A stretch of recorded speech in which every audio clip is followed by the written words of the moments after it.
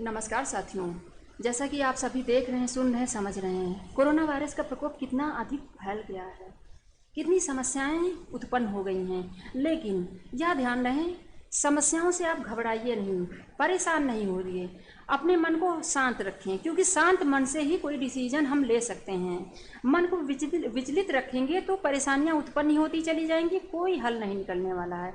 साथियों, जब हम इलाज करा के या सारी इलाज जो कोई भी प्रॉब्लम होती है, हम इलाज करके थक चुके होते हैं, इलाज करवा के थक चुके होते हैं। अब ऑपरेशन वगैरह की बात नहीं कर रहे हैं, जो योग से ठीक हो सकती है, जो आसन प्राणायाम से जो ठीक हो सकता है। योग तो विस्तृत है, योग तो आप जितना समझेंगे समझ लो उतना ही कम समझ पाए, लेकिन योग में ही जो योगिक आसन और प्राणायाम बताया गया है उसके माध्यम से आप बच सकते हैं।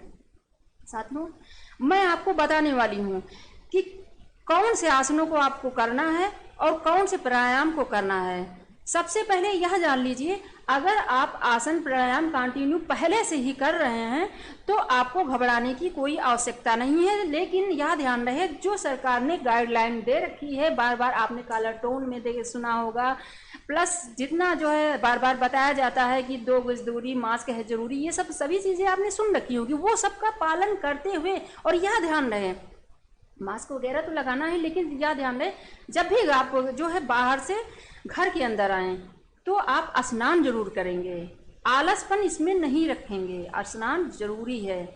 और चलिए अब बढ़ते हैं आसन और प्राणायाम को समझते हैं। देखो, नए अभ्यासियों के लिए सबसे पहले उनको सूक्ष्म व्यायाम को सीखना होगा।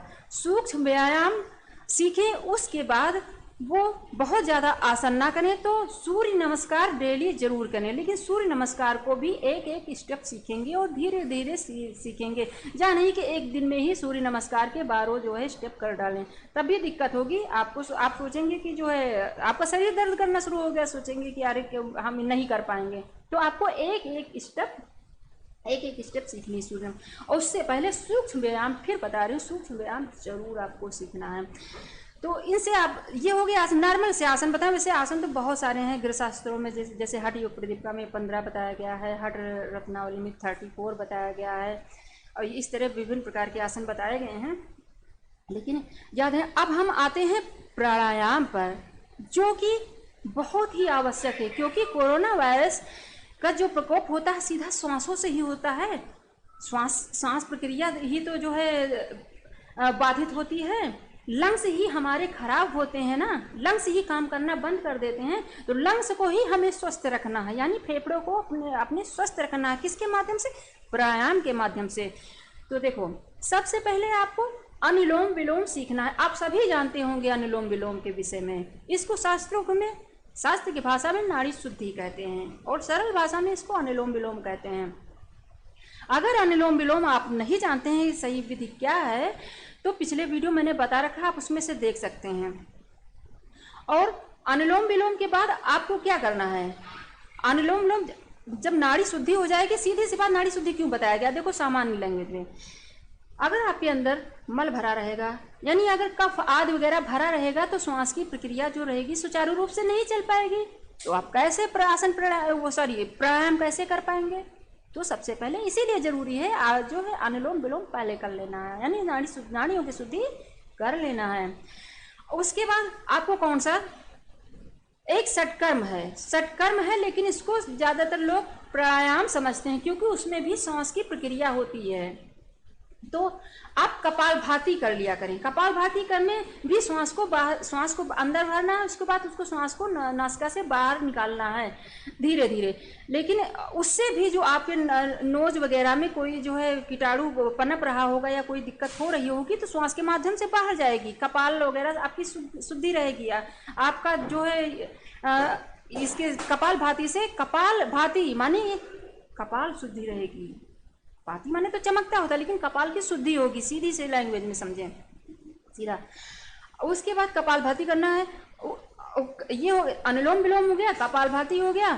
आपको भस्त्रिका प्राणायाम करना है। भस्त्रिका प्राणायाम में भी श्वासों को जो है लोहार की धोकनी की तरह श्वासों को चलाना है। लेकिन यह ध्यान रहे, अगर आप जान रहे हो उसके विषय में तो आप करना आज से ही शुरू कर दीजिए, नहीं तो मैं इस पर धीरे धीरे वीडियो बना रही हूँ, बना दूंगी, आप देखकर सीख लेना। और अनुलोम विलोम हो गया, कपाल भाती हो गया, जो कि षटकर्म में है, ये प्राणायाम नहीं है। शास्त्रों में इसको जैसे कि हठ योग प्रदीपिका में कपाल भाती एक तरीके से केवल बताया गया, यानी जो लोहार की धोकनी की तरह, यानी सांस को जो है एक बार भरना, उसके बाद पेट बार बार धीरे धीरे निकालना रहता है इसके में, यानी स्ट्रोक में। और इसमें जो है घृण संहिता में 3 प्रकार से बताया गया है, वात कर्म, व्युत कर्म, शीत कर्म, यानी इसमें जो है थोड़ा सा ज़्यादा विस्तृत कर दिया गया है। इसके अलग अलग क्रम भी है, उसको भी मैं आगे धीरे धीरे बता दूंगी आपको। तो ये हो गया। और भस्त्रिका प्राणायाम भी मैं इसलिए बता रही हूँ कि ये बहुत ज़्यादा लाभदायक होंगे, क्योंकि इसको करना भी आसान है। बस यह ध्यान रहे, भस्त्रिका प्राणायाम करेंगे वही लोग करेंगे जिनको नक्सीर ना आती हो, हाई बीपी ना बढ़ा हुआ हो, और यानी कि ये मान के चलिए कि हाई बीपी, नक्सीर और घबराहट ना होती हो, जो बहुत सारे लोग घबरा जाते हैं, उन सबको भस्त्रिका प्राणायाम नहीं करना है। और कपालभाति भी जिनके पेट का ऑपरेशन वगैरह हुआ होगा, उनको 6 महीना तो बिल्कुल नहीं करना चाहिए। उसके बाद डॉक्टर से यानी मिलकर समझ कर कि उनको कर लेना चाहिए कि नहीं करना चाहिए, तभी वो कपालभाति करेंगे। ये हो गया। और उसके बाद आपको क्या करना है, उज्जयी प्राणायाम करेंगे, तो वो भी गले से ही रिलेटेड। तो आपका गला, यानी गले के पास जो है ये सब शुद्ध ही रहेगा। गला यानी जो कंठ है आपका, उज्जयी प्राणायाम करेंगे तो गले के पास जो सबसे पहले गला ही तो अवरोधक बनता है, यानी सांस जो है यहीं गले में तो दर्द शुरू होता है। तो उज्जयी प्राणायाम वगैरह करेंगे तो वहाँ तक नौबत ही नहीं आएगी। तो ये सारी चीज़ें यहीं सूर्यभेदी प्राणायाम कर सकते हैं। सूर्यभेदी प्राणायाम करेंगे तब भी आपको लाभ प्राप्त होगा। विद्यार्थियों, इसमें बहुत जो लाभ वगैरह बताए गए हैं मैं एक एक में डिफाइन कर दूंगी, नहीं इसी में आप जो है वो महसूस करेंगे। तो आप आज मैं कितने प्राणायामों को यहाँ जो है आप ध्यान रखना। सबसे पहले अनुलोम विलोम, कपालभाति जो षटकर्म में है, भस्त्रिका प्राणायाम और उज्जयी प्राणायाम और सूर्यभेदी प्राणायाम, इन सबको, इन आसनों को इन प्राणायाम को करिए। आप देखना आपके पास कोरोना वायरस भटकेगा नहीं, और भटक भी गया होगा गलती से तो बाहर निकल जाएगा। स्वयं करिए, अपने फैमिली मेंबर, दोस्त सभी को जो है बताइए, उनको सिखाइए। और यह वीडियो ज़्यादा से ज़्यादा ज़रूर शेयर करिए, क्योंकि आज जो स्थितियाँ बन चुकी हैं, बहुत ज़रूरी है इसको जो है शेयर करना, ताकि आप सभी सीखें और घबराएं नहीं, मन को शांत रखें बगैर विचलित हुए। क्योंकि यह ध्यान रखना, कहीं भी अगर समस्या उत्पन्न होती है तो उन सभी समस्याओं का हल होता है बगैर परेशानी के, बगैर डिस्टरबेंस के।